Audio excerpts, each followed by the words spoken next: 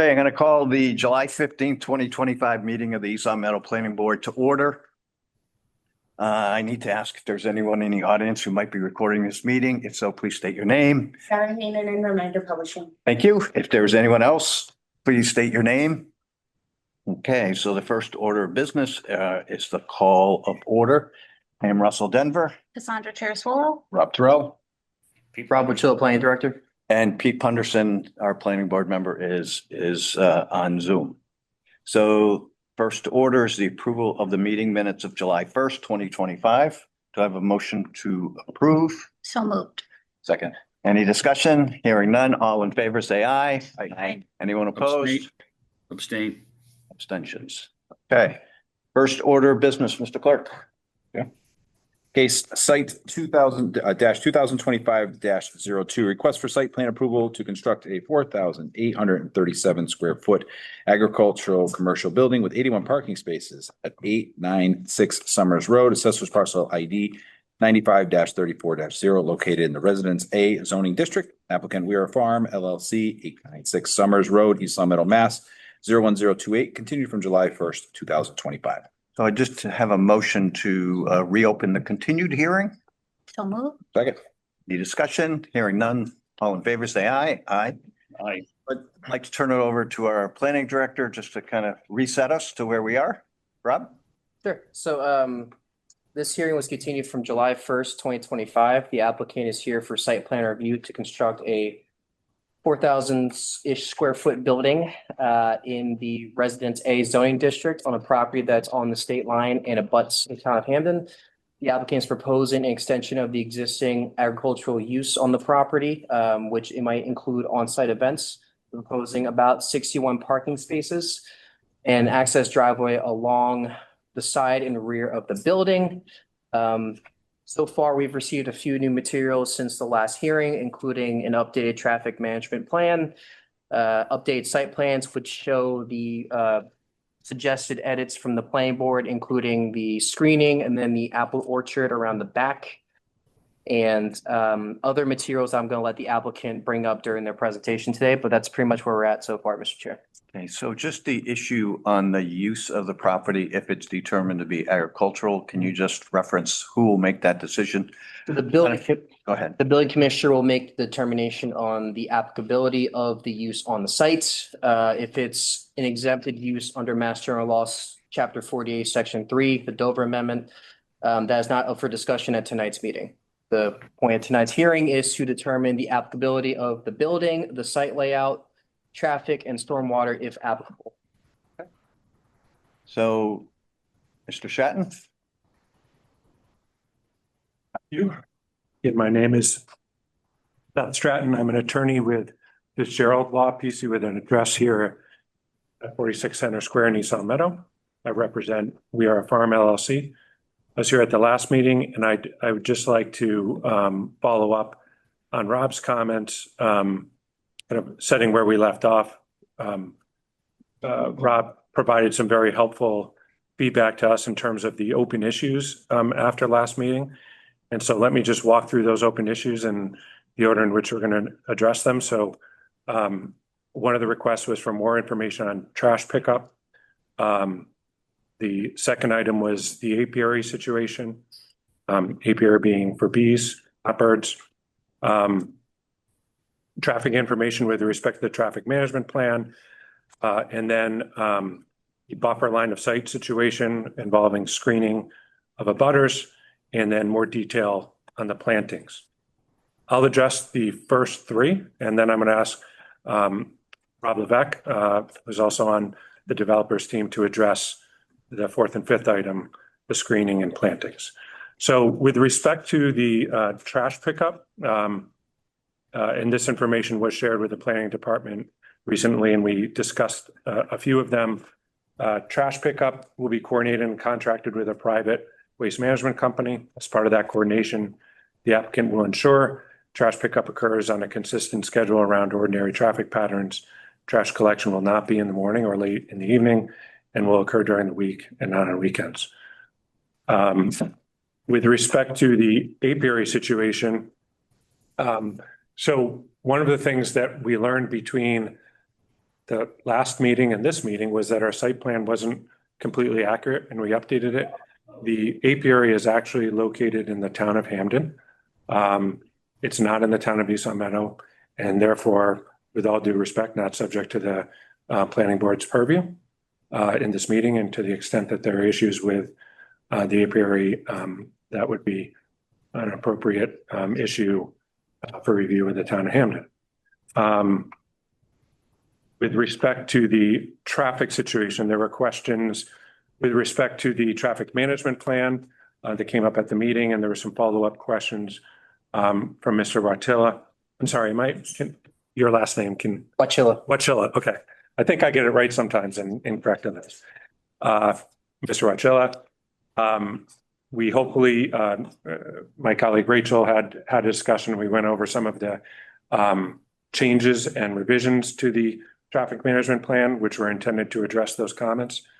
I think one key item that we wanted to highlight, and we added a specific note to the plan, was to clarify the reference to building occupancy, how it triggers this plan. So, and I think there was some confusion and perhaps on us for not explaining it in the best way. But basically what we're saying is under the traffic plan contemplates ordinary use where there's significant planned events where there's going to be heightened occupancy, and then unexpected heightened occupancy.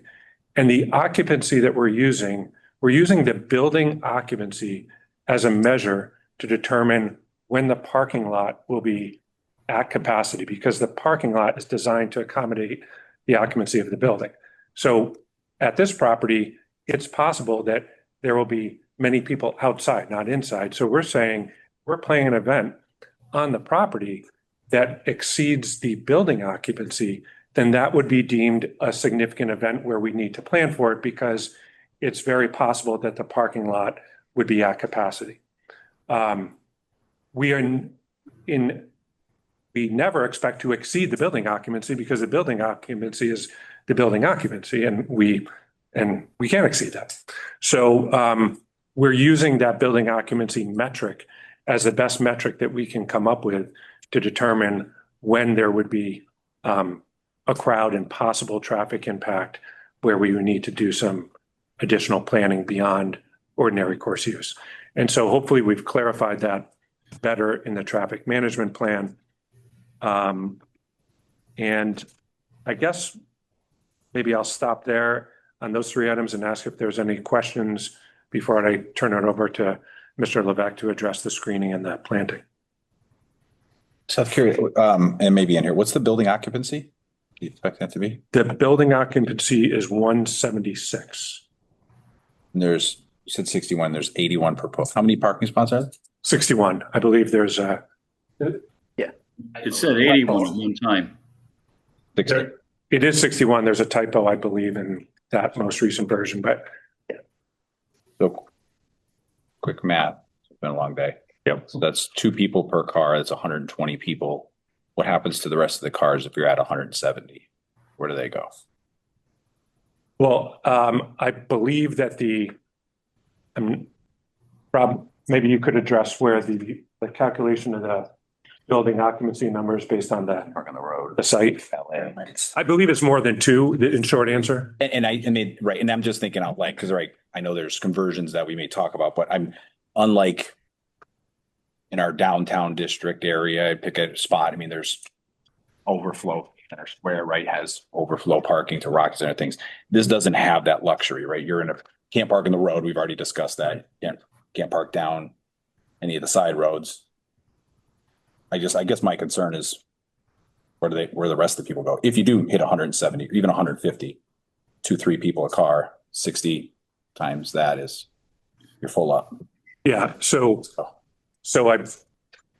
with respect to if there's an event that the reality is we need a trigger for this plan, but if there's an event that's going to approach building occupancy where we believe we won't have sufficient parking, we'll have to plan for it and communicate. In the ordinary course, that building occupancy, when the farm is normal operations, you're never going to, approach building occupancy on the building, right? And people are coming and going. It would be an event. So say there's an event, a planned event for, which we don't have any intention of right now, but to exceed the building occupancy, say it's a 200-person event, we're likely going to follow the same planning process if there's a planned 160-person event versus 200 to ensure that there is sufficient parking. There is overflow space on site, but we'd want to coordinate that with the town. And then maybe that's my answer is as you continue down that proposed parking spots, is there on grass parking, things like Correct. that? There's space that could be used for temporary parking in the event. I don't think anybody's questioning the regular use. I think it's majority of this is what happens when that day comes and there's 169 people in there almost at capacity, and where do they all go, right? There's multiple cars, things like that. Right. Okay. I see the grass on the side. I would assume that's where that. Can I approach? That's fine. Sure, come on up.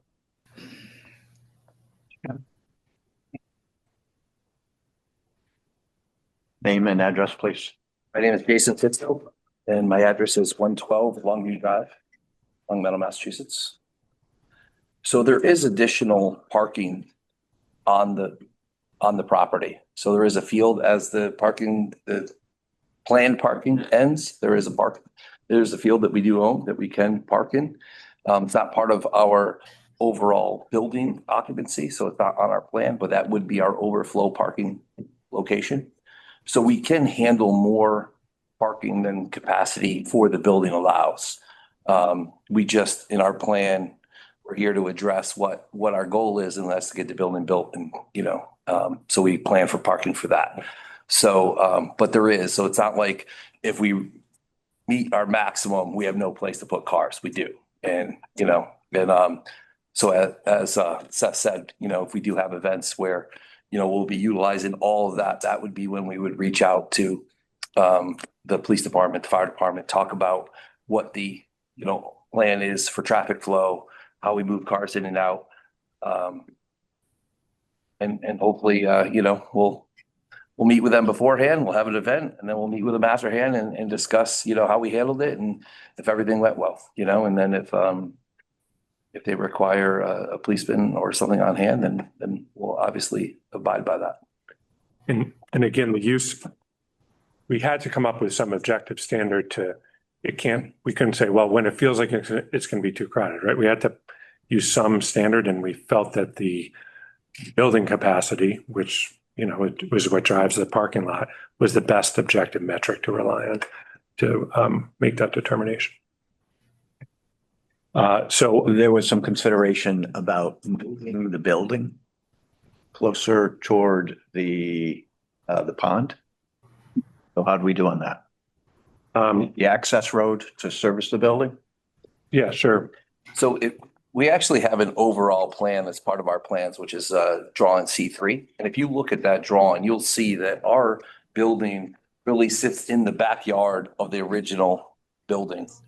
So there's a house, there was 2 greenhouses set back and a barn on the side. If you look at the building, it literally sits in the backyard of those areas. So we are in the general location of the old building, and that's kind of like always the plan. So you didn't answer the question. The question was, there were some concerns raised about how close the building is to the lot line on Ainsley Road. We asked you whether it was possible or not to move that building further to the pond. It's either a yes or a no. If it's a yes, how much did you move? So Russ, we did not. One or the other? Want to take it? Go I ahead. can answer that. Sure. So the building did not generally move. The building footprint changed. As is in your packet, there is a slightly different barn product that they're proposing called the Big Ben. It's approximately the same square footage, fits right in the same building footprint. To our point last time, there is a significant amount of work that will be done to accommodate the building grading. What ends up happening, and we looked at this very specifically in our design meetings with the team, if you were to shift the building to this, kind of to the, we'll call it to the east, what ends up happening is there's a drop off there. You're pretty familiar. And I can show you on my contour on the plans showing the contours, but essentially what happens is there's about a 10-foot grade change. So if you push the building over, what happens is you're pushing the barn and the foundation and the slab for the barn itself out over that slope, which requires additional fill from a geotechnical standpoint. Active fill. It also requires us to push the grading towards the wetland. Since the last public hearing, we did secure a determination of applicability from the Conservation Commission. Really good to us, and we were able to work out some details on kind of restoring the area around the pond. With that, in that regard, one of the requirements was that we stay out of the 100-foot buffer. So that was also coupled with the need to move the building over the 10-foot hill. That was our concern. Okay, Well, I can, if it's okay to keep going. sure. I'd like to see the first house on Ainsley. Yeah. There were some concerns. Are you going to show us what it's going to look like now? Yeah. Okay. Chair, can I just interrupt one point real quick? Go ahead. Just legally speaking from the zoning bylaw, as long as that building meets the required minimum setbacks, we can't make them push any further. Right. But we Got it. can require screening, further screening. Yep. Just want to make that perfect. Yep. Thank you. You can continue. For the planning board's reference, so hopefully you have a smaller sheet that you can look at. A little bit difficult. I apologize to the folks in the audience who actually get over here. So we did an overlay, as mentioned. We wanted to kind of everybody the plan. Sometimes plan view is a little difficult, so it's unrelated. Rail's not taken yesterday, but generally it shows. So it's a question about access points. If you remember previously, we had an L-shaped building here. So we've updated that for the Big Bend, we'll call it. We've also taken the access that was a little bit closer to the neighbors and we pulled it away. We wanted to, and it requires a little bit of an S curve for these folks, but because we had to keep the building where we were, we at least wanted to try to accommodate the concerns of the neighbors. So we pulled that curb cut so they won't be over here anymore. Now they're, let's say it's 80 or so feet away from where it was proposed. Okay, so it's 80 feet further away. Yes. Okay. So that is a very minor curb cut just for service access only. Okay. In addition, the screening that we talked about last time, we were contemplating what to do along the property lines, what to do around the building. And as we got to talking about it, I sent Mike from my office out to locate some additional trees as required so that we could accurately depict, especially after some work has been done out there, accurately depict what's out there. So the trees that you see, and I'll go back to I'll go to the color plan for a second. Thank you. So we highlighted in green, basically the new stuff. I kind of tried to just focus on what we're talking about. So other than these trees here, which exist. So that's the orchard that's remaining, right? So it's just one row. There are trees off property, but those are generally on the neighboring property, so we didn't show them. But what we did do is locate back in this corner here, there's a bunch of existing mixed deciduous vegetation. So trees, there's some shrubby stuff, but there is a canopy that exists back here. We also located the approximately 60 arborvitaes that I believe were talked about last time. They're new. There's probably 3 or 4 that need to be replaced, as I think Mr. Page had mentioned last time. Also, as part of what happened with the Conservation Commission, around the pond, there will be some vegetation to be established as part of that. So this is kind of the existing vegetation that had not been cleared. So this area, coupled with what's existing for vegetation, is what really is around the perimeter. As mentioned, in this year, I believe it will be pumpkins, but it is pumpkins already. So as next year, the plan is to then plant an orchard, and that will be kind of a linear north to south running orchard, similar to what you see in the state of the art facilities or farms. So that all will also act as a pretty good buffer from the neighbors. So our thought was, looking into an orchard is in our mind pretty nice. So we really wanted to make sure we were protecting the neighbors from the use and call it the back of house or the more intensive areas. So what we did on this access road, we added a 6-foot stockade fence so we had a dumpster enclosure already, and we were already planting arborvitaes around that. So we have arborvitaes that we're including, and then we would have a stockade fence all the way up to here at that corner. So basically any sort of service related access or any activity will be screened from the neighbors. Rather than put it on the property line, Vegetation would be very difficult because of the canopy from the neighbor, because of the existing canopy. So we thought, okay, let's bring it into where it will really be effective. Because also, as the neighbors can tell you, they kind of look down on the property. So we wanted it to be kind of as close to that, we have a little grade change here. The idea was to screen that. We also added a row to bring it a little bit farther out. We thought it was a little softer towards the street rather than have a fence that came out towards the street. We have a row of arborvitaes. We also have the plantings that we were already proposing. So those trees will, help fill in, and there will be landscaping around the building. So there's basically a screen of the entire facility. We'll call it the barn proper, from this point to this point. And then the orchard, and then the existing orchard will stay. And then we have some natural vegetation here. This area, I believe, is already planted with corn. Correct. So this is an ag field here. This is an ag field for this season, but we'll transition into orchard. I'll stop there for a second, see if you have any questions. Answered my questions. We do have, Now, sorry, sir. Rob, I have one question. I don't remember this from the last week. The proposed paver patio that now is facing towards Summers Road, was that there? And what is the intent? Because that's back of houses, that's the opposite of the back of the house. So, yeah, so interestingly enough, so the back of the house is kind of this side of the structure. So this isn't necessarily the back of the house. So this is more like an entry. And then, if you were picturing coming into, whatever the normal event, right? You're coming in, this is kind of the main access point. We have handicap accessibility here, walking kind of into the front. We would expect somebody would come through the front, and then, this opens out as kind of an area, patio area. So this is really just an entry patio. Okay. There was some questions about what are we planting, what's it really gonna look like? So we did provide, and for anybody who wants to know what's gonna be planted, we provided the species and just showing the general habit of each of the species that are being planted. Do you have a photo of the inside of the building? Because I don't see it included in our packets, and I know it was on the drive. I don't know that I do post and beam in general, right? Yeah. no, the interior design looked like it was all Oh, good question. tables. So there was a clarification, I believe, of Bill, who had suggested that the interior of the building as shown is not laid out yet. So the barn structure that they're gonna be purchasing will be detailed by an architect, service rooms, handicap accessibility, egress, all of those items will be worked out with the Those layouts were from the company, the barn company stock layouts. And then to Mr. Wachilla's point about how we're gonna handle the whole thing. So the parking area there was concern about dust. Great concern, good question. So there is a polypave additive. There's a couple different products out there on the market that are safe and that allow the aggregate, when you have an aggregate parking lot, to bind so that we won't get a lot of hopping box, so to speak, and we won't get dust that you would potentially be concerned with.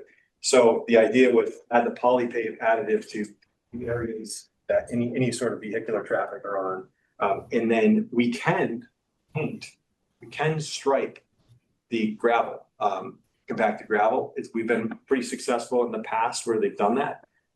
And in addition, we can stencil the traffic arrow. So the question was, what's the circulation pattern? It was kind of undefined because it was gravel. So as long as we have that polypave, we'll prevent the hopping of rocks. And then we could certainly stripe as necessary. And, certainly the areas for the handicap will all be striped per 521 CMR, which is the Massachusetts code for handicap accessibility. And then parking, it'll be formal enough that we'll make sure there's no issues.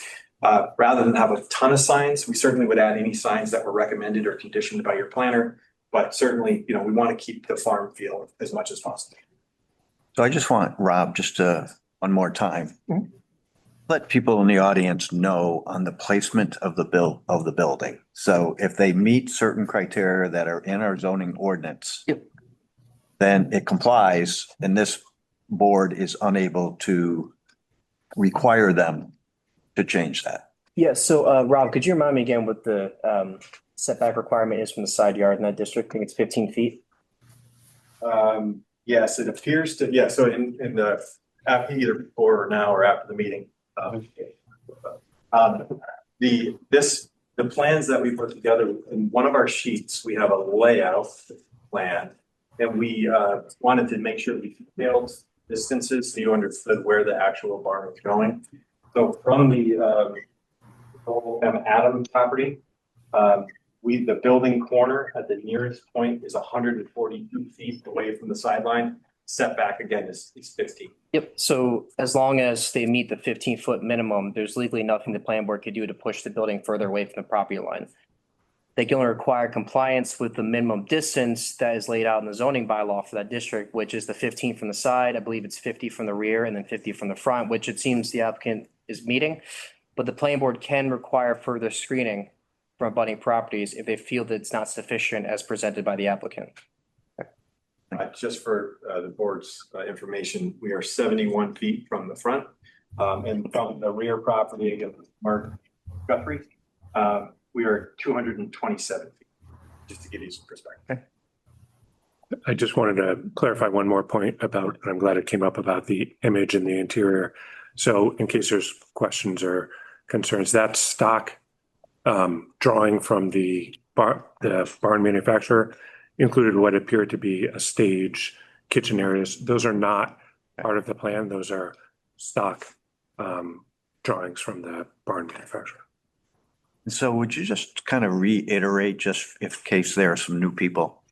So this is not going to be a winery or a brewery. Correct. And that any sale of alcoholic products would be a requirement for you to go to the town council to get a one-day liquor license. Correct. Okay. And then the only other question, if I steal it from you, Cassie, so it's going to be an operating farm as well. So where will the farm, the tractor and all that other stuff be proposed to be? You're Tom. Yeah, so right now it's currently, the tractor is either on site. If it's not on site, it's actually being housed across the street at the neighbor's barn. So we haven't built a facility for the tractor yet. At some point, we may think that's necessary, but at this point, we're just trying to. Okay. And we don't have a lot of equipment yet. Okay. Thank you for being thorough in our response. Appreciate it. Thank you. I want to take a step back. Public hearing is open. Anyone like to be heard on this matter, please come forward, give your name and your address. Come on down. Maybe we just ask folks to put your name on the sign sheet so we know who you are for the sake of taking minutes later after this meeting.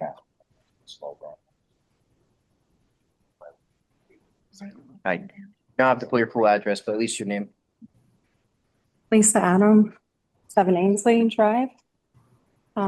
Before a decision is rendered, I'd like us to be able to have some time to take a closer look at the screening that they're providing, because 5 minutes ago is about the first time that I've gotten to see it.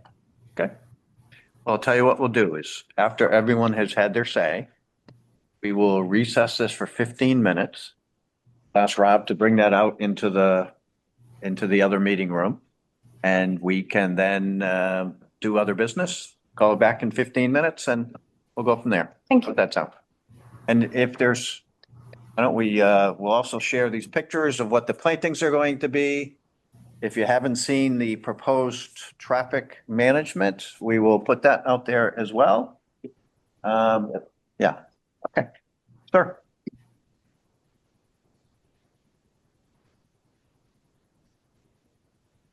Good evening. My name is John Burney, owner and operator of Meadowbrook Farm. I'd like to discuss a few different things here. One, it seems like we really got the cart in front of the horse on this project. We're talking about a site plan review, and the whole thing bases on whether or not this qualifies under the Dover Amendment. Mm-hmm. That's the crux of the whole matter. In reviewing the state law, Chapter 40, Section 3, it clearly does not fall under that jurisdiction. And so for a town official to say at the last meeting that it's covered under the Dover Amendment, that's not accurate.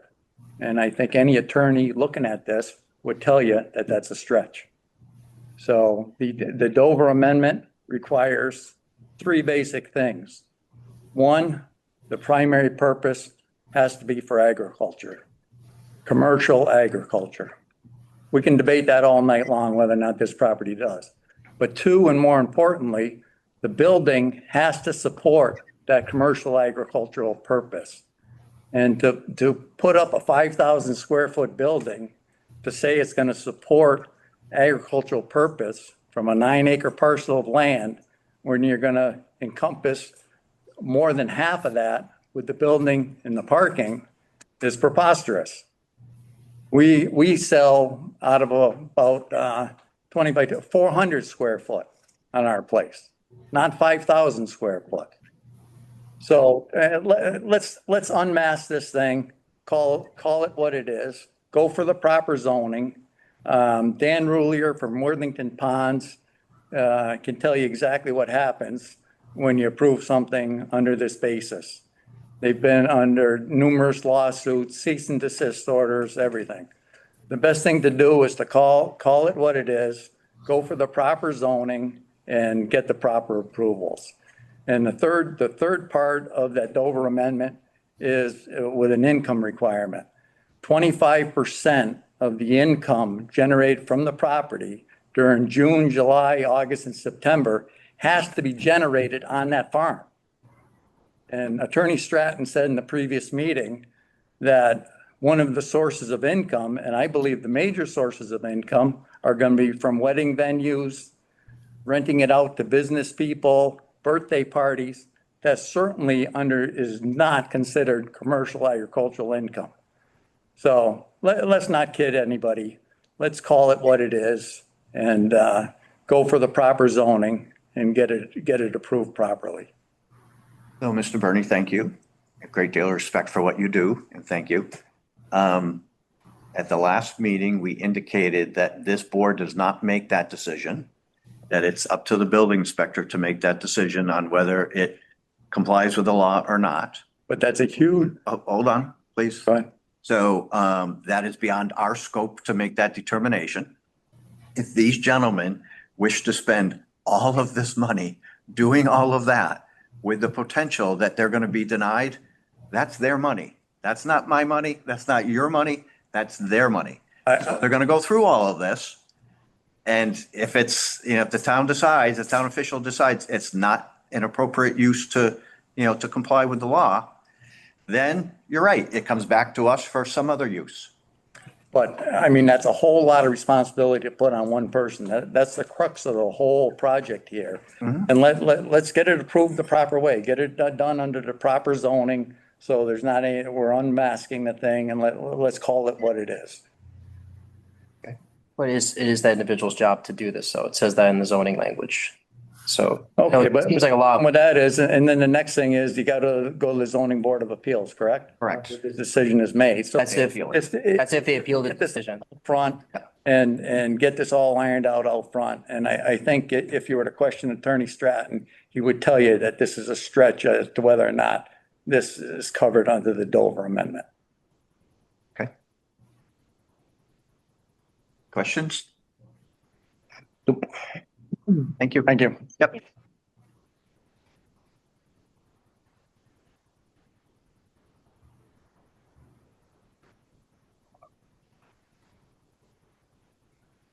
Jerry, you have a hand on the Zoom. It's up to you. Hi, can you bring in Mr. DeLassio, please?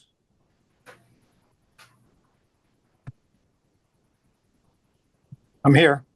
Hi, How are you? the floor is yours. Great. Thank you.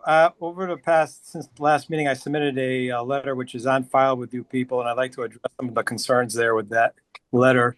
I don't know if you plan on touching bases with it, but I'm sure you had the opportunity to preview it and take a good look at it. I just want to know what your thoughts are off the top of that after looking at that letter.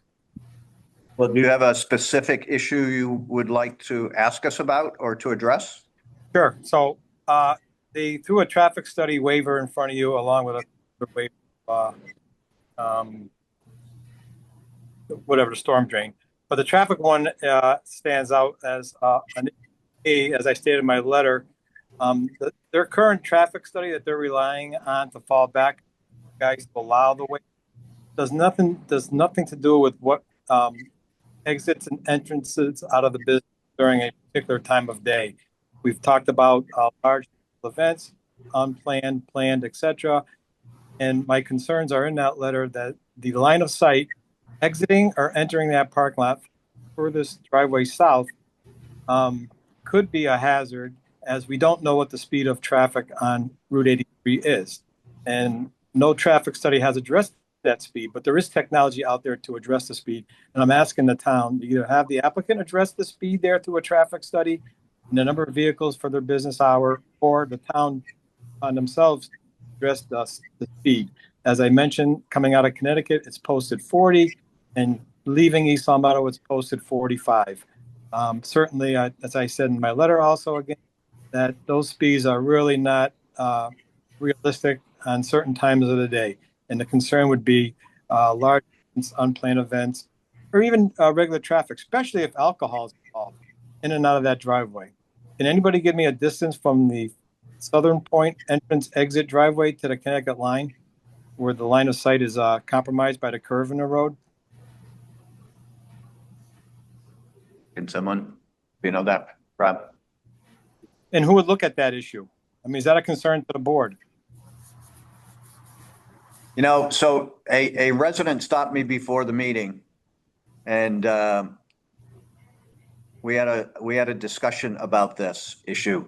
So, Mr. DeLassio, I'm going to take you back to this board's decision as it related to Happy Acres.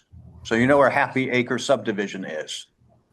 And during our hearing on Happy Acres subdivision, myself specifically and others on the planning board questioned whether we should ask the town to lower the speed as you're coming down the hill just past St. Michael. You go past St. Michael's Parish Hall, you go down a little bit further, you go by the transmission place on the right-hand side, and it goes from 40 to 45.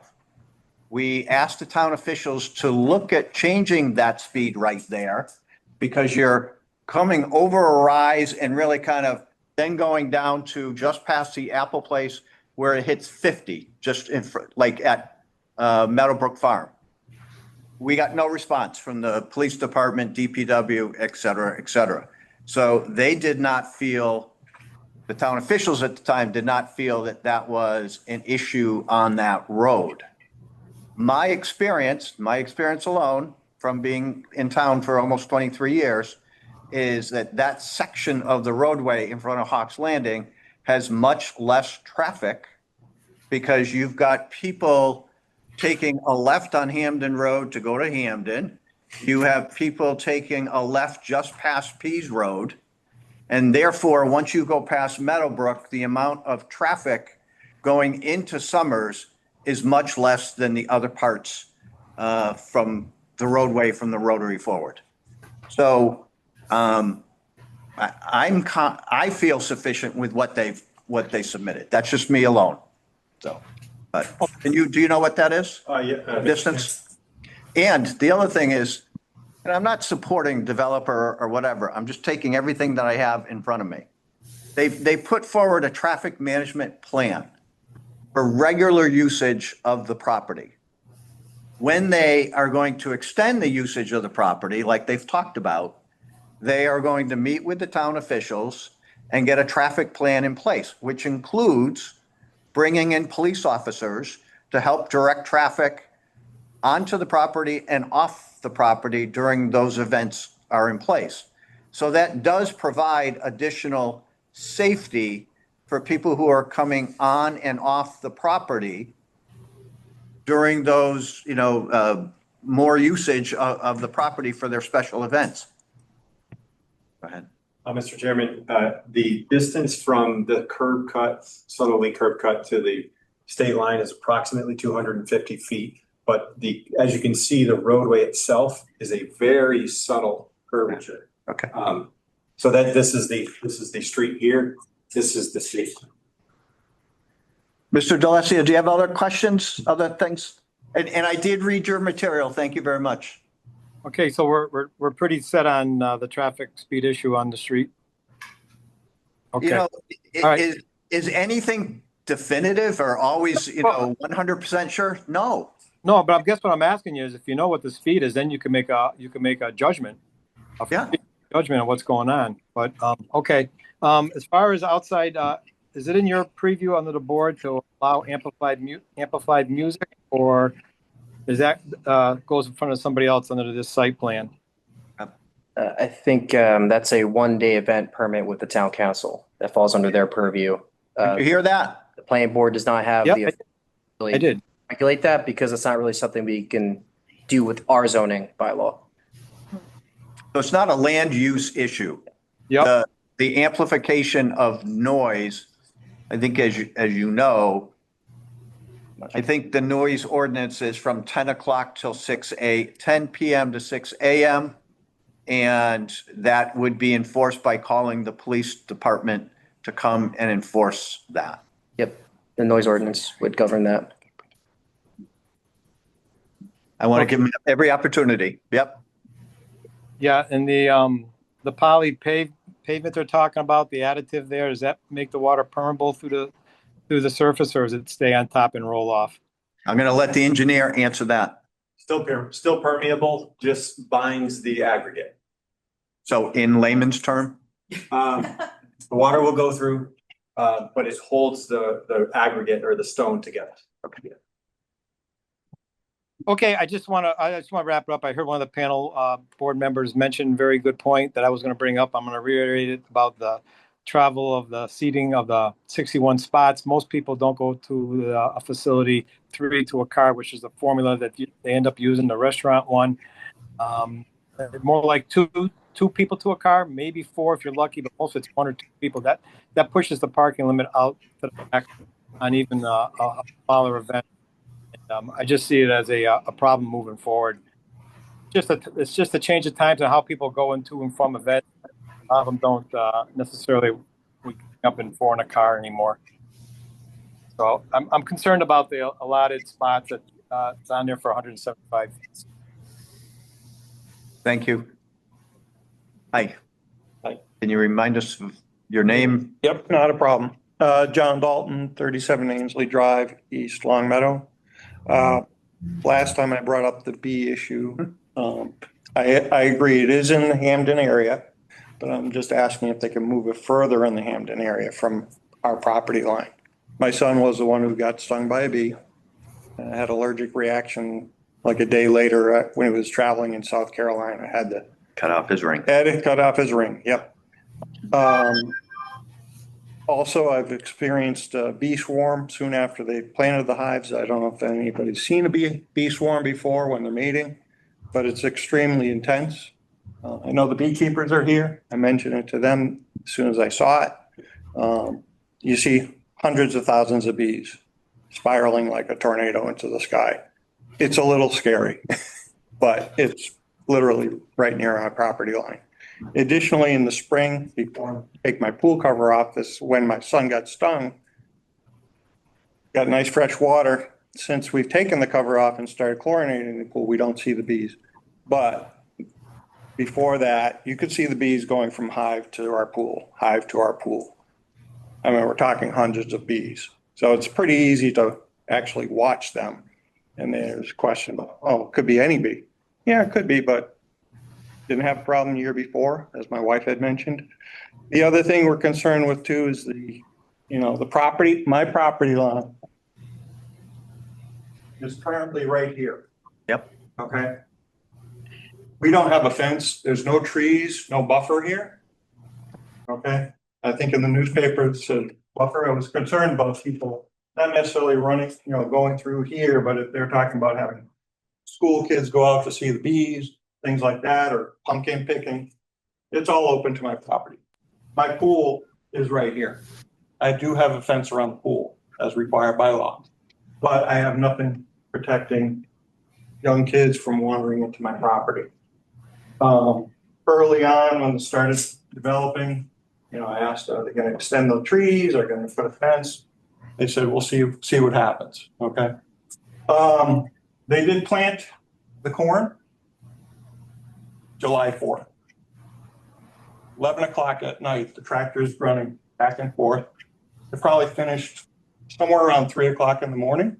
Little concerned with that. Hopefully it's not gonna, I know you're rushing to get things done and I'm all for improving the property, but that was a little, you know, we're here, I have it on tape. I mean, you can hear it. I mean, I know when you cut the lawn or cut the grass, So, you hit all the rocks. so we're here to address land Correct, issues. correct. So not them working at 3 AM in the morning, Okay. Yeah. But which is really, once again, really rude, but go ahead. okay, So, but once again, what is the timeline for their operational hours? Does that fall under you or? yes, Okay. So you said 10, I think 10 PM to 6 AM? that is the noise ordinance and, Okay. yep. And it's enforced by the police department. Okay. Yeah. Yeah. I figured July 4th, they had enough to do with that night, so. Anyway, but right now the aviary is here. I don't know if it can be moved. I don't know. I mean, we just, bears in the area recently. Neighbor of ours notified, told my wife, there's a bear on Ainsley Drive. One more concern, you know, we know a friend of mine had a hive get attacked. But it's some of our concern. We want to see progress, but. Dover. You're not- License zoning. And then with the parking situation, because they have limited parking where they are, is their property actually butts the corner here of Ainsley Drive? Is there, is the town gonna be posting signs, no parking or residential parking only? Yep. How's that going? So I think I mentioned this last meeting. So we had to approve the site plan for the new high school. Mhm. And, after the vote and all of that. And Cassie here specifically asked the town council that was here because town council handles what are referred to as rules of the road. And rules of the road deal with speed, they deal with no parking signs, they deal with all the things associated with the roads. So we certainly can ask the town council through our planning director to indicate that we would prefer that they put in no parking signs along Ainsley Road. That's the best that we can do.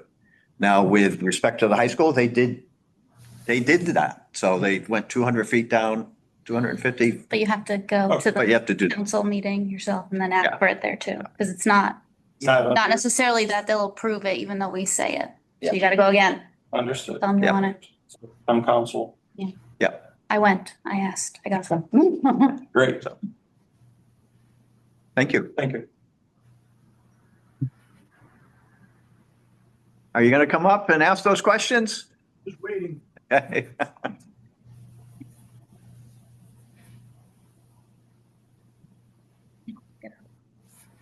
Bill Adams, 58 Bryn Mawr Drive, East Long Meadow. You answered most of my questions, but I do have a couple Sure. that I'd like to share with you.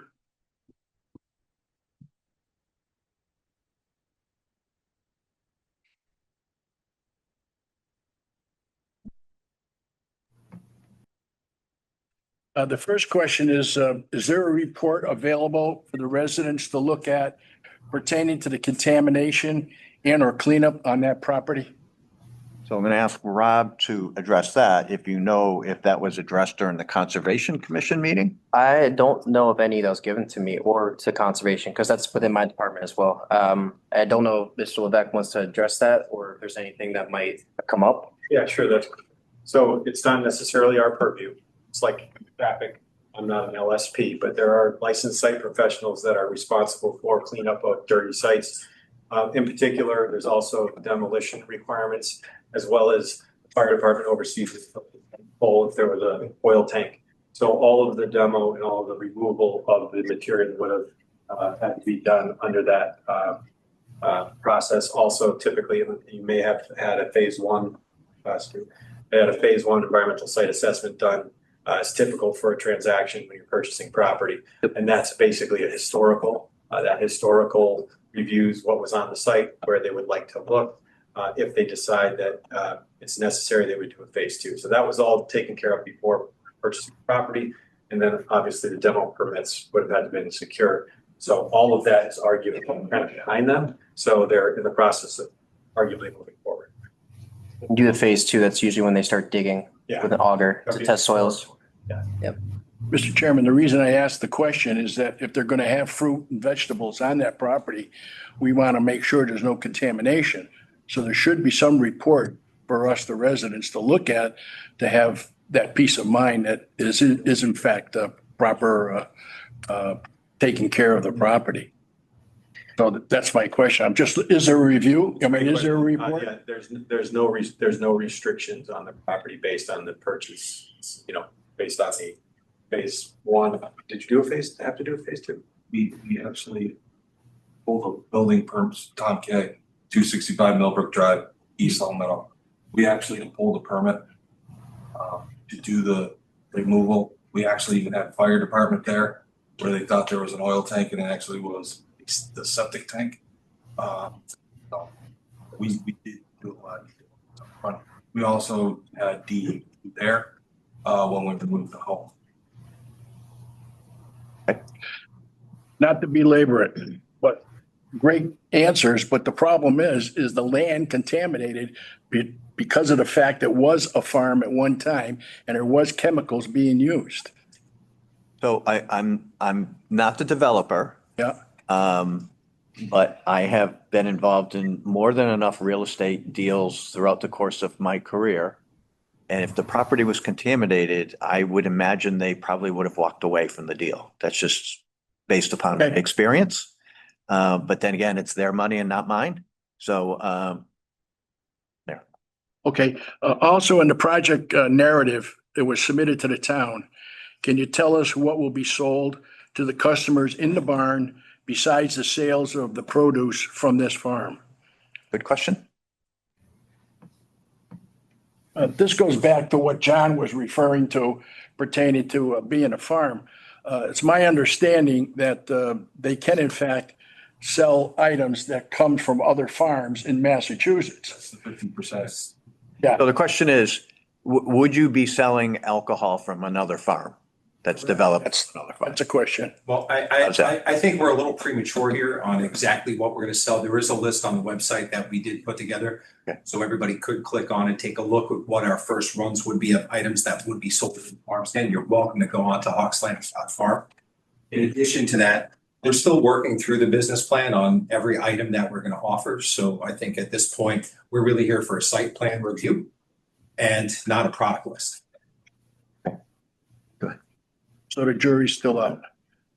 Also on the plan, it indicates the kind of livestock from other local farms will be brought into the site. So my question is, what type of animals are they talking about and where will these animals be housed? Dead animals that would be served potentially. Cattle, chicken. So I didn't catch all of that. And I caught a hint of sarcasm there. So are we talking, you're not going to have any We purchased livestock? these, but no, Yeah, we don't no have a livestock. plan. Okay, thank you. Thank you. Well, it said livestock. I didn't know. Okay. You were talking about dead Purposes. animals. Verification purposes. In this, I'm sure Farmer John could attest to this. Livestock in the state of Massachusetts is also considered bees. Just so you know. Okay, thanks. That's all I have. Thank you. Thank you. Thank you. Okay. Should we recess now for 15 minutes? You can look at the diagrams. I'm sure you'd be happy to answer people's questions. And could you There are. down the hallway so we can still do the other? So can we give up as many of these management plans? Yeah. If you want to review the management plan? Okay. Got it.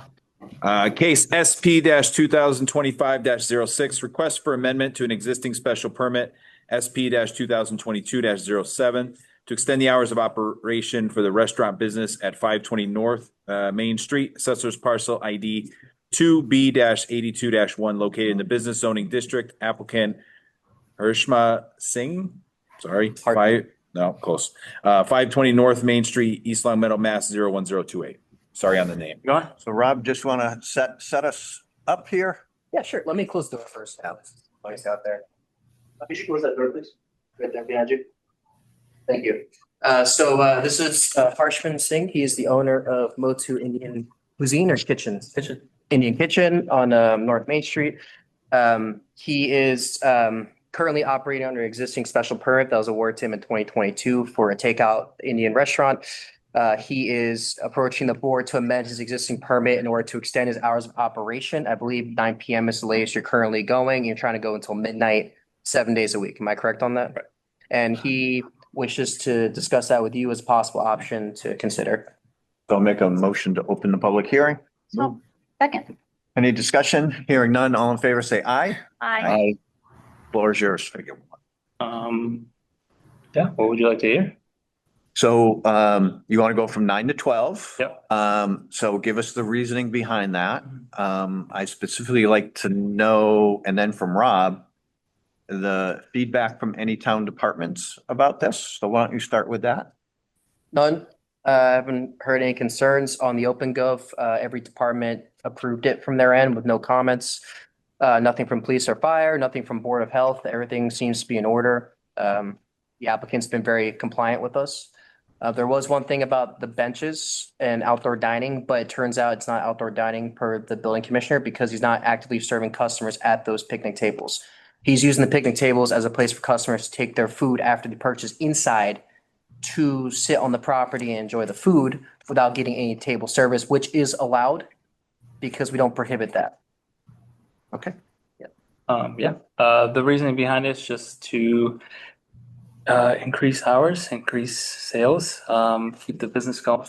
I think we see especially during the summertime, our orders come from, during the winter, it'll be from 5 to 7 when we're really busy. And during the summer, it's 7 to 9. And that's when we're closing up shop. That's when we're ready to leave. And that's when everyone's usually coming in. So seeing that that's kind of the flow of orders, we're trying to push it back a little bit. And then just generally living in the area, everything closes at 9. And your only options are really like Taco Bell or a McDonald's or something in that realm. And I feel like if people had the option to eat something a little bit better, it'd be better. So that's kind of our general reasoning there.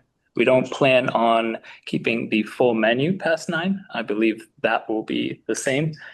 We plan on keeping a reduced menu towards the end of the night to where it's just very simple things in and out. Our liquor license is extended to 11, but we are not planning to have that be a part of the late night menu. The late night menu is mainly just our best sellers, and to keep like a reduced staff on hand to take care of that. So I just want to remind everyone, so you need 4 affirmative votes to amend the special permit.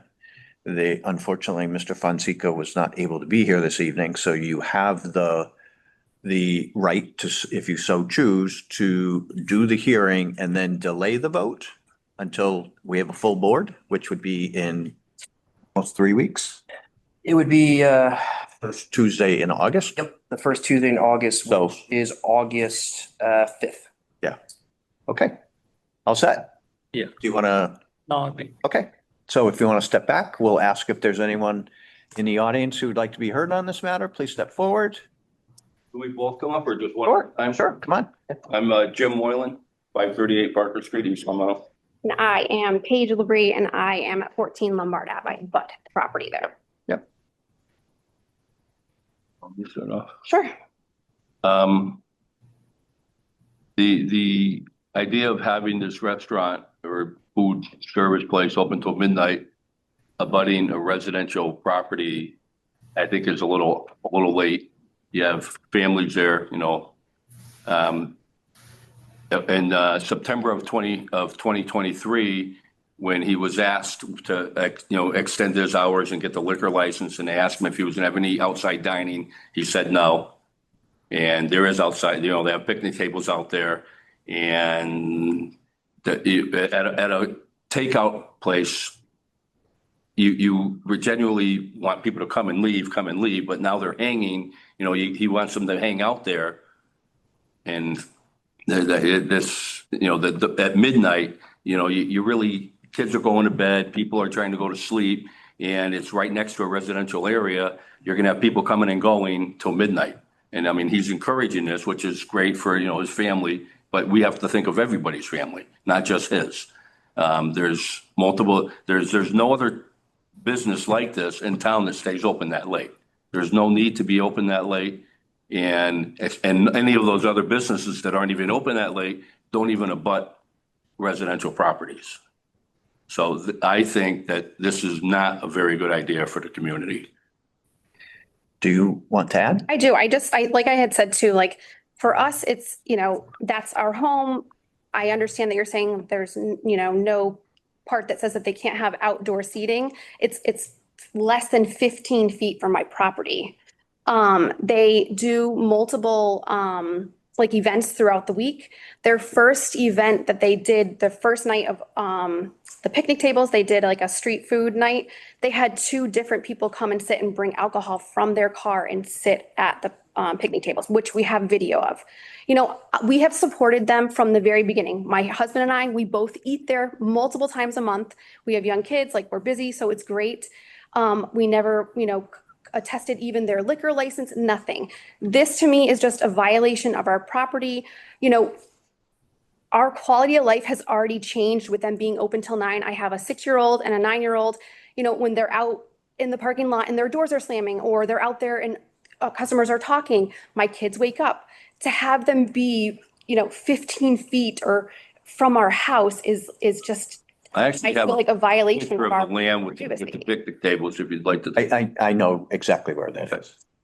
And like I said, I've been supportive of them. I'm not saying that I don't think, I just think he's naming McDonald's and Taco Bell. What is that bringing? I work for a living. I wake up in the morning, my kids go to school. So I'm not going and getting takeout at 11 o'clock at night or 12 o'clock at night. We don't have any drive-throughs and Right.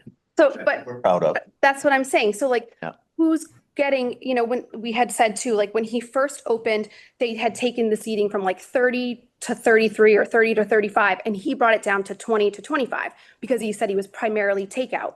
So why would you need people to take up your spots to go sit on the lawn? When we read what he had said about, he wants to limit people from sitting on the lawn or trash. No one in the 2 years that they have been there have ever sat on the lawn, not one person. And for talking about trash, we pick up the trash, or if he has bi-weekly lawn service, they pick up the trash. They have never picked up the trash on the side lawn. I just, for me and for my family's quality of life, we've lived there for 13 years. This is just a huge violation for us. Like I said, when you're eating dinner outside your window and people are saying like, oh my God, I saw you in your dining room last night. We've learned to live with that. But to have them be 15 feet from my property, it's scary. They did 2 nights and they had multiple people out there till almost 9 o'clock. My kids are in bed at 8 o'clock. They're waking up. Who's out there? They hear voices. It's scary. And also half of their parking lot faces the house. So when these people are leaving at whatever, 9 o'clock, it's a little late, but that's fine. I mean, that's doable. But 10, 11, 12 o'clock at night, they're going to be starting their cars. Their headlights are going to be going into the kids' bedrooms, into the house. They're going to be slamming doors. They're going to be saying hi, goodbye and high fives, and it's going to be loud. And it's not only us, it's the people across the street. And if they move and elderly people buy the house, it's going to be for them. It's not just for us, it's for the community. It's a takeout food at 10, 11, 12 o'clock at night is not existent. Now we know what's going to happen. He has a liquor license until 9 o'clock. And, excuse me? 11. Oh, it is 11 5 minutes. Yeah. It's approved until 11? Even though they're open By to, the town council. By the time. When's Somebody else. was that in the original meeting? The only reason for this meeting to exist is because during that, you guys realized the special permit did not also include that, but did approve the liquor license to go to 11 because The town council did. had no problems with that. Yeah. okay, like I said, and I've had absolutely no problem. We support them. We go there. I'm happy to have this still keep running. But to me, it's horrible for my family. So who's controlling that they're not, the first night they brought liquor from their car. A girl went inside to go try to purchase food and she stuffed it in her purse. And then went inside, got food.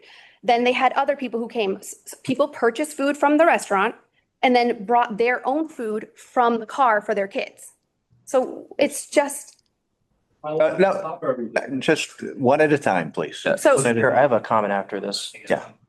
Okay, go ahead, Rob. Go ahead. Well, I was gonna say, a compromise here could be you just make a condition that nobody can sit in the chairs past a certain hour. You're allowed to do that.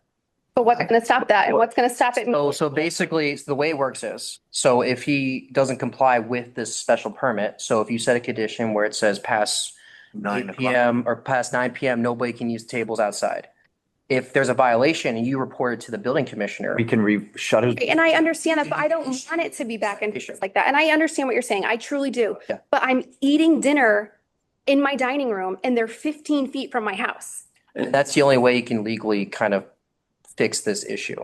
Now, What do you mean? So if you were to. So I just this, keep complaining, so he's gonna comply with it if we. but they didn't comply with it because Because it wasn't a stated rule before. That's the thing. Okay.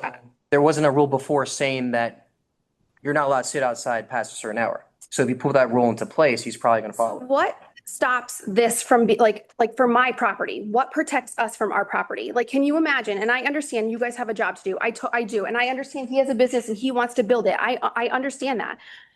How is there, if there's no rule in place, what is to have privacy for my home? I'm literally eating dinner and I hear people's conversation. I hear them. They're running around. They're bringing their own liquor. How do you know who these people are and how they're going to behave when they're leaving? Who's going to monitor that? Well, so you raise a very valid point.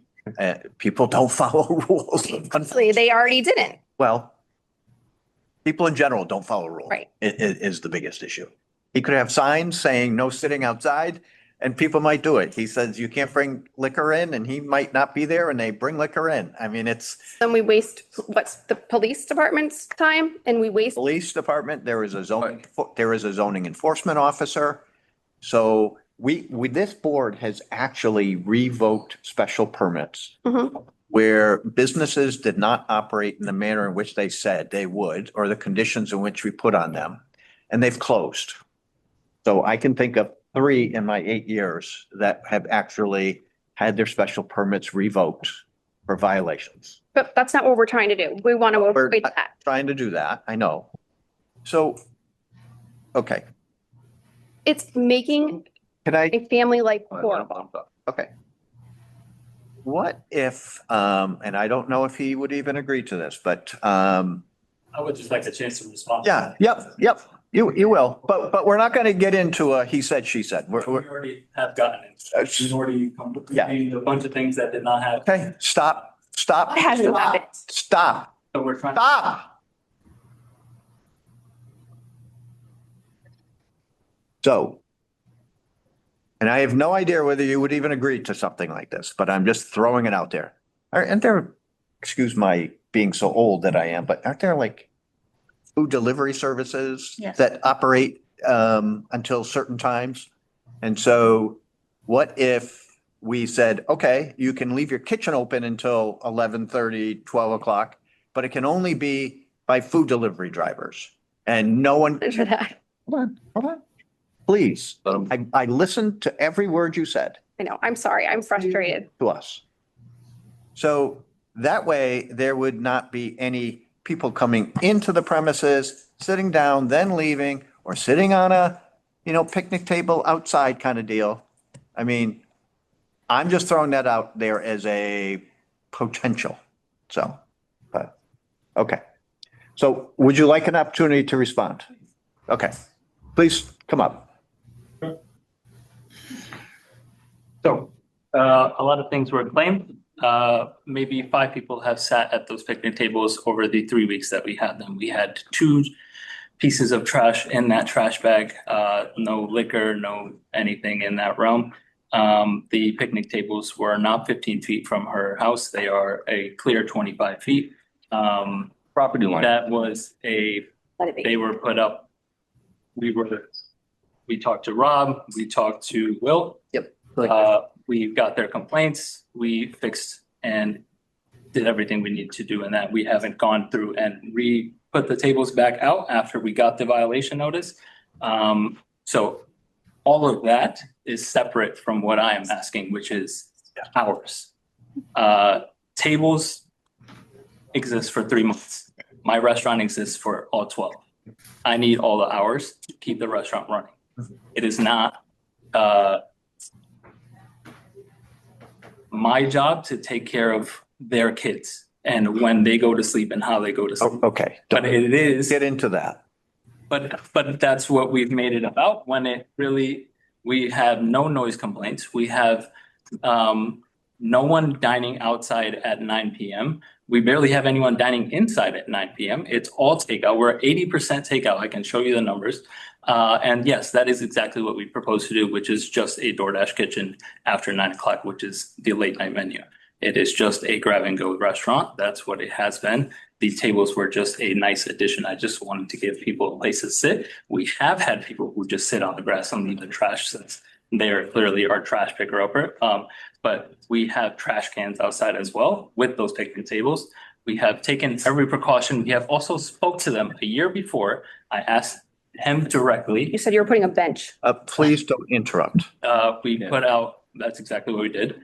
We put out tables. We spoke to them clearly. He just asked, keep it away from the window and put a trash can outside. We did the exact thing that he asked for.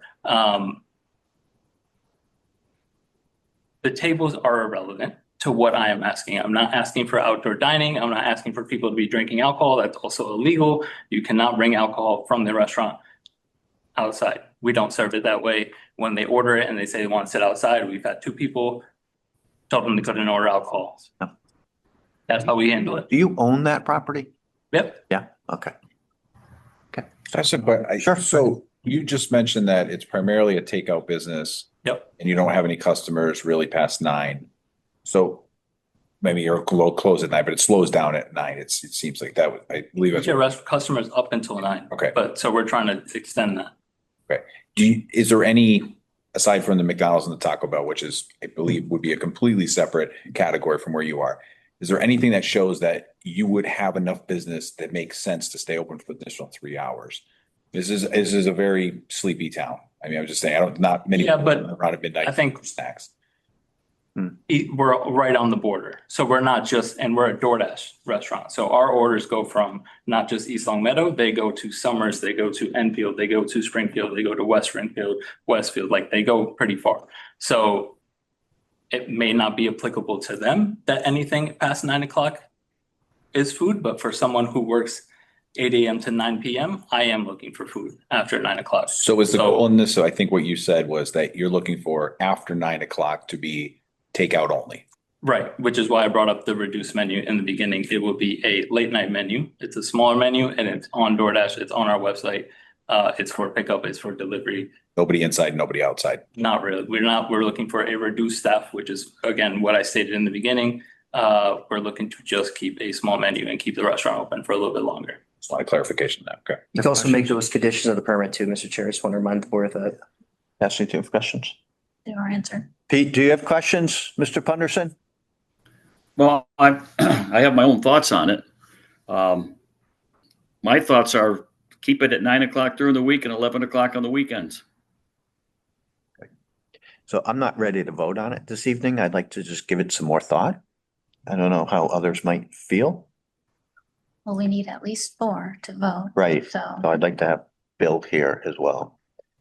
So I would like to see if there's a motion to continue this to our next meeting. So which is August. August 5th at 6 p.m.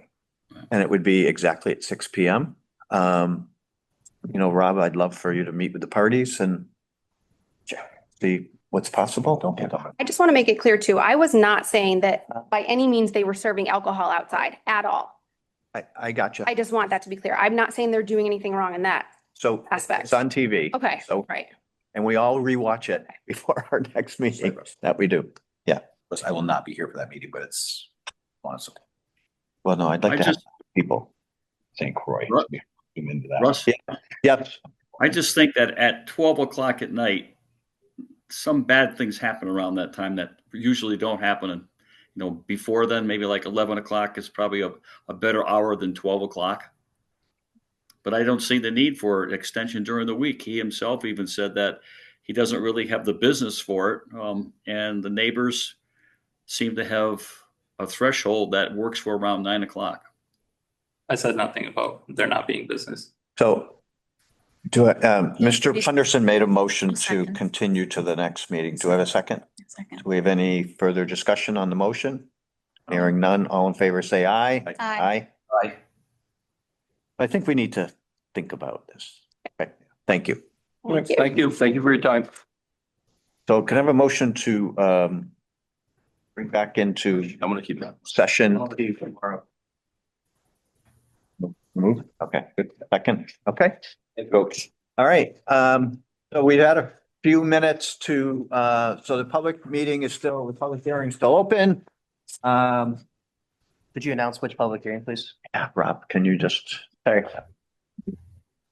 case site 2025-02, 896 Summers Road. So I'm going to bring it back to the board. So does the board have any questions on the specific issues before we get into a general discussion? I have one. Okay. Well, Yes. if they're going to go for a permit, let's say they're going to have 200 people there, they think. So they're going to have a need to put some people outside. And they're also going to have a need for, I would imagine, some sort of structure to house these people under, which would be a temporary tent or something like that. So do they have enough room for those extra people plus the extra parking? So you faded in and out about halfway through. Okay. Can you repeat that? I'm wondering if, say they've had to go to get a special one-night permit for alcohol and an overcapacity crowd of, let's say, 200 people. Yep. That means that there's going to be too many people to put inside the building. Yep. So that would mean, in my mind, that they've also got a tent of some sort for the people to go under and get services of food or wherever it may be. Yep. So my question is, if they do that, do they have room for the additional parking? So that was answered. So they have vacant, correct me if I'm wrong, Mr. Shitzo. They, out of the formal parking area, they do have a field in which they could park additional vehicles. And still, if they had to get a tent, they could still have a tent there. Yes. Okay, cool. Okay, so before we vote on this, there are a number of waiver requests. So If you go to page 8, Mr. Chair, there's action items there that the board can look at and address. Yep. Page 8.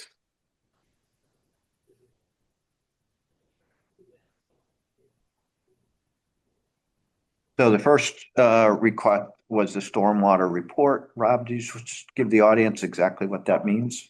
Yeah, so basically the applicant is requesting a waiver from the requirement for item submission for site plan review, a stormwater report, as well as a traffic study.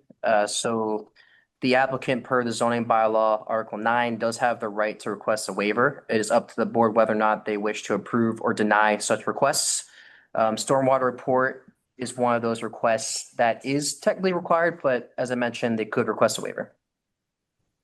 Okay, why don't you just keep going down that list? Sure. And the other item is the traffic study. The only thing the applicant gave us was kind of one piece of a traffic study, which is the trip count generated from the site and the proposed use, which they are claiming is agriculture. That does relate to site plan review because it relates to traffic. And the other item after that is the surfacing requirements for paved parking areas. That specific section is section 5.6 of chapter 450 of subsection B to C. They require bituminous asphalt concrete surface. The applicant is replacing it with a permeable gravel with the additive, don't name the specific material, polypave. Then lastly, section 9.4 of subsection 11 pertains to the requirement to submit signage design for site plan review. The applicant is requesting a waiver from that because they have not yet designed their sign and will do so later on, which is usually done through the building department anyways. So before we act on these items, after people have had the opportunity to review the plans, traffic mitigation, the pictures of what they plan to plant, were there any further questions by anybody? Okay. So hearing none? Yeah, Rob? Going back to an arborvitae situation we dealt with a while ago, I was looking for clarification because these are the screening arborvitaes, which ones they're gonna be, because there's two very different species, ones that grow the snail space and ones that go very fast. So, We could do the American arborvitae, which grows fast. yeah, thank you. Make sure that's. Thank you. Mr. DeLassio? Yes, I just want to clear up an understanding that you had mentioned that no parking off-site on a public way. You can make recommendations, but it's up to the town council to approve it. Yes. Okay. So And the past issue that I referenced was the siting of the high school? Yeah, I'm familiar with that. Yeah, Okay. okay. So I just want to make sure that even you'll have recommendations going forward and then it's moves on to the next level of authorization. Yep. I absolutely will be making a recommendation, ask the board to make a recommendation to the town council that there be no parking along along 83 and that there be no parking on Ainsley. So. And the posting language is up to the town council after approval? Yes. Hours and stuff like that. Okay. Yeah. And then Well, as far as for the events which require an alcoholic license, the town council is the decider of how long those events can last. Does that answer your question? Or Yeah, are you that talking normal operating hours? I'm looking at, well, I just heard the last applicant go before you, not applicant, but the last issue go before you. And is hours of operation under your purview at this time with this site plan? So the last item that was just in front of us while they were out looking at plans and so forth, that was a special permit. And this is a site plan, two completely different things. Okay. On a special permit, we can put conditions like that on. Yep. Also, you can, as for site plan review, you are allowed to make a condition about the off-street parking being banned. Oh, great. In relation to the usage of this site. Good. Because it relates to traffic and as well as site design. Thank you for the clarification. No problem. Yep. Okay. So if there's. Okay, but hours of operation is not something that you guys deal with at this time, at this level at all. On the site plan? No, because you're not governing the use itself and how it operates. It has to be something that's related to the overall layout of the site. So they can't govern hours of operation on when they can be open and when they close. That's just out of the question altogether for this specific project. Okay. I'm gonna ask for a motion to close the public hearing. Okay. Sure. Okay. I just didn't get it before, but my name is Mark Guthrie. I'm in a butter on the long side, if you will, the back side. Just procedurally, let's say a fence doesn't come up for myself and John in the back. Noise and all that other stuff, whatever. What are the, much like Mr. Delicio, I think hit last time, what is our recourse? What does that process look like?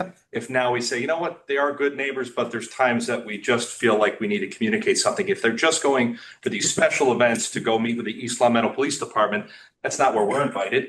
You know, those type of things if you can kind of just generally hit that'd be great for, I think, all of us. Thank you. Okay, so for land use issues, there is a zoning enforcement officer for the town. His name is William Cahalane, goes by Will Cahalane. Fairly new town employee since maybe February or March of this year. Yep. I will tell you, he has been extremely diligent when violations have been brought to his attention. So land use issues, zoning issues would go to him. Noise issues would go to the police department. Any issues associated with their extra events. So, just as a reference, if they did a wedding or they did something, and you felt that there was too much noise and there wasn't enough control by the police officers that they were bringing in to do all of that, that is then a town council issue because the town council issue is going to want to hear that. So the next time they come before them for a one-day liquor license, they will have heard from you on what the complaints are, and they may require additional conditions to be met before the next event can take place. That's an event by event basis too. Event by event basis. Just one point responsive to that. Okay. So the traffic management plan, which we've been discussing and I believe would likely be a condition, does have in it not only police and fire, but a butter notification. Right. And best contact information for all of the owners of the email addresses. So they would have notice and they would have a point of contact for any questions. Right. Advancement, et cetera. So that's, Rob, did I miss anything that you can think of? For the waivers or just? No, just for the contacts for the town. I think you pretty much hit everything, Mr. Chair, that I am thinking of. Okay. All right. Last one. Ainsley Drive, this thing, right here, they have the arborvitae's go about halfway down from our backyard. We're still gonna have a sight line of this building. Is there any way they could put a stockade either on this side or this side of the crabapple trees? I don't care which one, really. Well, It's, the light green, those are trees. yes, but. And how many feet of trees between his property line and the stockade fence that you're putting around the building? One row of trees on the subject property, and there's also some trees near the shed and also on the general property. Yeah. And the existing trees are 20 feet. Yeah, they're about, Property line. yeah, so they're about, yeah, but they're basically see-through, so. Right now, from our backyard. So they don't block any view or noise. The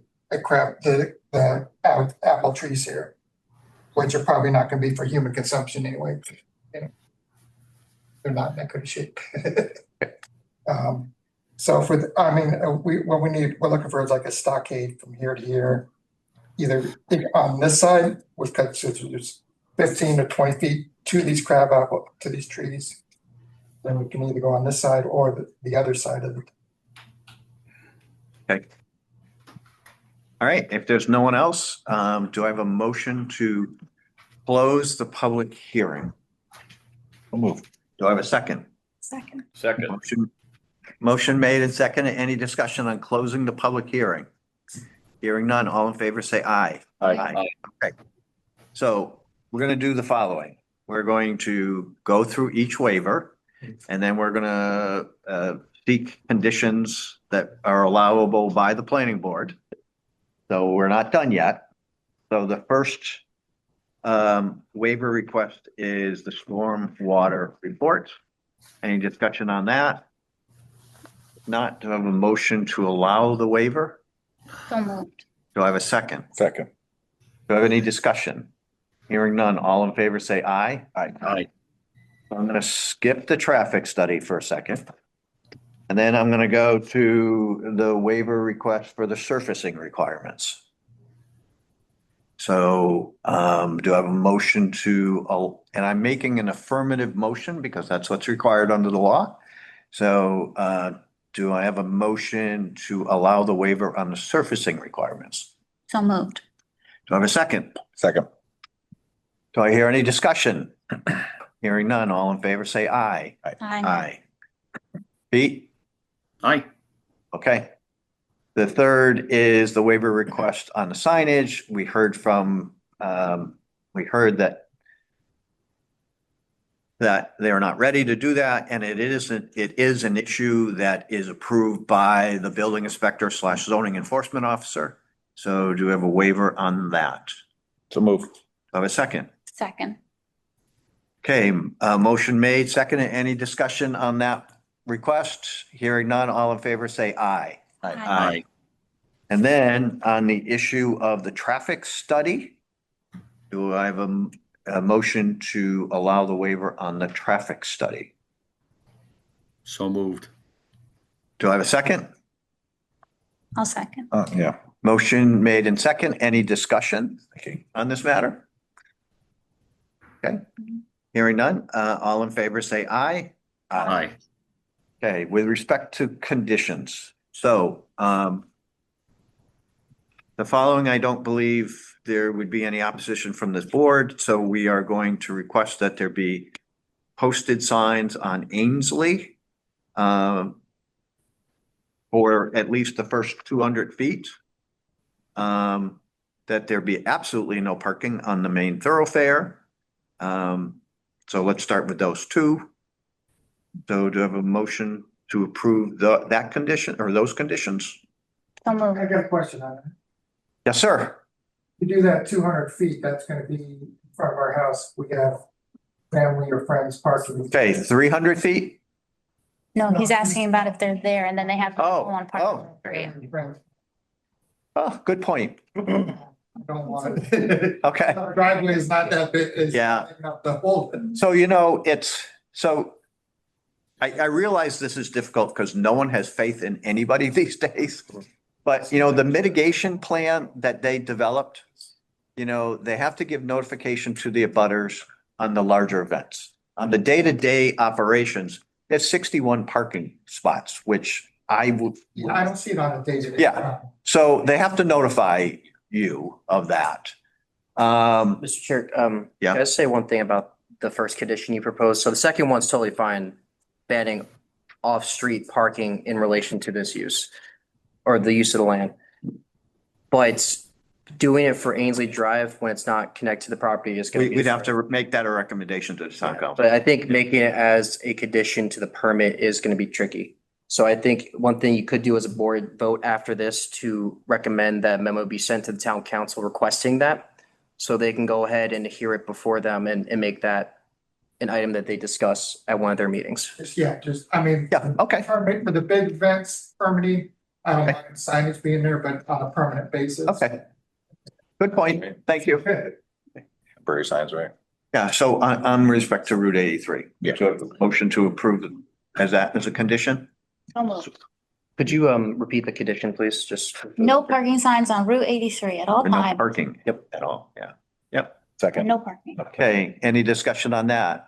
Hearing none, all in favor, say aye. Aye. Aye, okay. So, Hours of trash pickup. yeah, so we have done this on other site plans. Sorry, I just have a quick question. So just to be clear on the Ainsley, what do we decide on the parking on? So it's gonna be when you go and, for your extraordinary events, I'll call them the extraordinary events. It would be a condition of the town council to put on those. And you could put up temporary signs. Yep. Yeah, to do that. I mean, it's kind of like, during the 4th of July, I live, for the parade, I live in a neighborhood, they come by and they put up temporary no parking signs. Something like that. And that's within the purview of the town council, not this board. Just make that clear. Okay. Trash pickup hours. Trash pickup hours. So we have done this in the past. So, I mean, you say you're gonna do it Monday through Friday, not on weekends. So, we'd like to put probably a further restriction that it be done between the hours of 8 AM and 6 PM. Okay, Monday through Friday. Monday through Friday? Yep. Do I have a motion on that? So moved. So second, any discussion? Hearing none, all in favor, say aye. Aye. Aye. Okay, we're running down our list here. There's some other proposed conditions too, Mr. Chair. Did you want me to go through those? Please. Okay, so the first proposed condition, in addition to the other two that was just approved, and mind you, these are additional conditions on top of those standard ones we already applied site plan review. So this first condition is upon completion of construction, the applicant shall reach out to the director of planning to coordinate a site visit. The purpose of the site visit is to ensure compliance with the approved site plans for this site plan review petition. The site visit shall occur no more than 6 months post-construction and prior to issuance of a certificate of occupancy. We did that for the last site plan review petition we had, and that's up for the board's discussion. You want me to go through the rest of the list, Mr. Chair, or do you want to go individually for each one? Keep going. Okay. So the next proposed additional condition is the traffic management plan submitted with this petition shall be adhered to at all times. Any significant changes to the traffic management plan shall require an amendment to the site plan review approval. is the discretion of we can make that either director of planning or planning board to determine what is considered a significant change to the traffic management plan. The third proposed additional condition is the installation of directional signs, including exit only, entrance only, and arrows, which can also be painted, shall be installed in the parking lot area. You already addressed the on-street parking situation. And then lastly, if the applicant is conducting an agricultural activity which is in compliance with an approved soil conservation plan, prepared or approved by the United States Natural Resource Conservation Service, they shall provide an approved soil conservation plan when completed.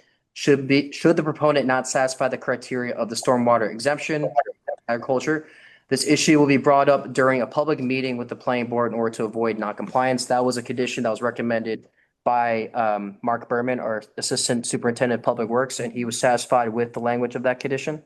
And condition F cannot be included because it pertains to the apiary, which is in Hamden. Right. And that's all I had. So I have a motion to approve those conditions. So moved. So a second? Second. Any discussion? Hearing none. I do have actually a quick one. So if there were changes made to their traffic management plan, would you want them to come to the planning board to discuss it or to the director of planning? Which would be a better option to determine whether or not they have to amend their site plan review approval? Did they start with you? They usually come to me first, but then I'd kick it off to the board if that's what the board would want. Let's do it that way. Okay, I will change the language so it reflects that. Okay. So a motion has been seconded. Any discussion? Hearing none. All in favor, say aye. Aye. Okay. So for everybody, just as a recap, this has been a tough one. I applaud the developers. I think it looks nice. Hopefully it will be nice. I have trust in all three of you. I mean, you all run great businesses and hopefully you'll continue to do so. People have to have a leap of faith and I have faith that you'll do the right thing. So that's just me personally. Mr. Chair, I do want to say one thing you got to do prior to your decision on the petition is to approve or deny the findings made for the standards of review. We'll get there. Okay, so I'll never Get there. Okay. So it was so difficult because it's still not a done deal. I think as we've mentioned over and over and over again, there needs to be a determination on the agricultural use. And Mr. Bernie made a very valid point. He does not believe it will comply, but the way the law is written, that determination will be made by the building inspector of the town. We don't know exactly when he will be making that decision. I'm sure it'll be forthcoming. This is also part of, there are several boards involved and several departments involved in this process. So, this planning board acted on land use issues. The Conservation Commission was involved in this, so they had a look at this project.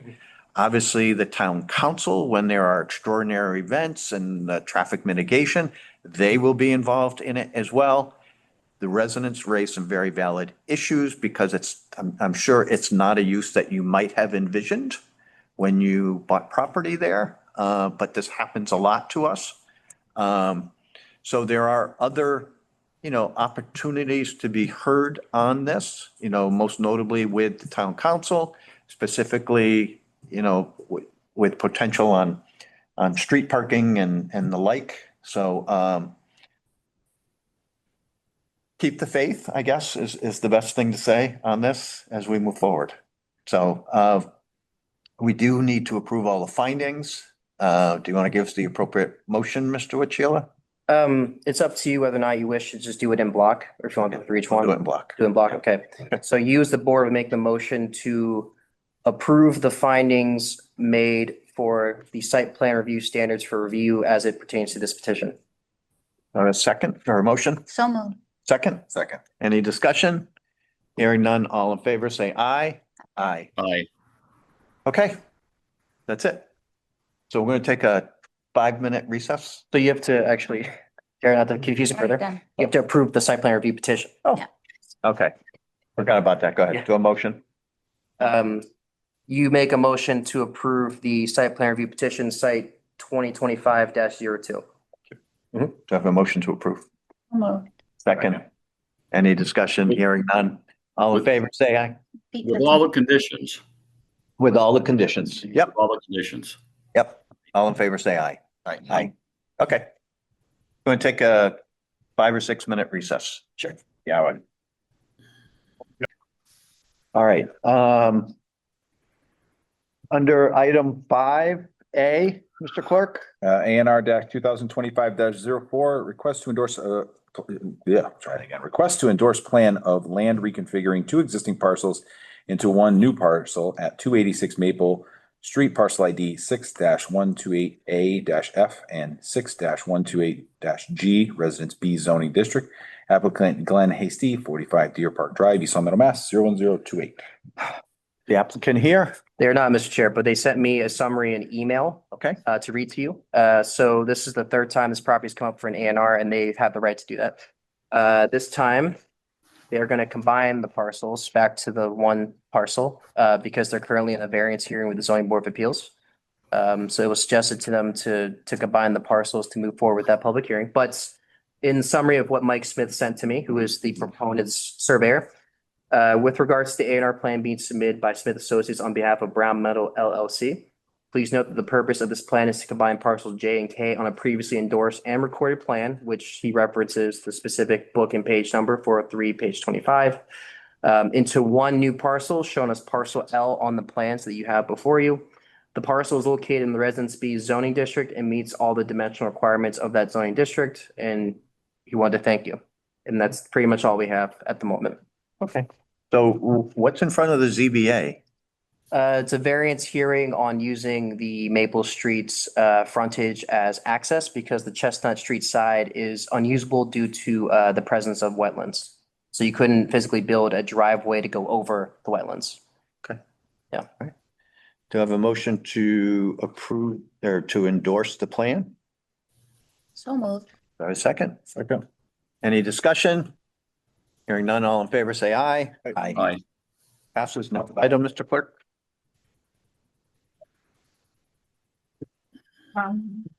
Oh, great. All right.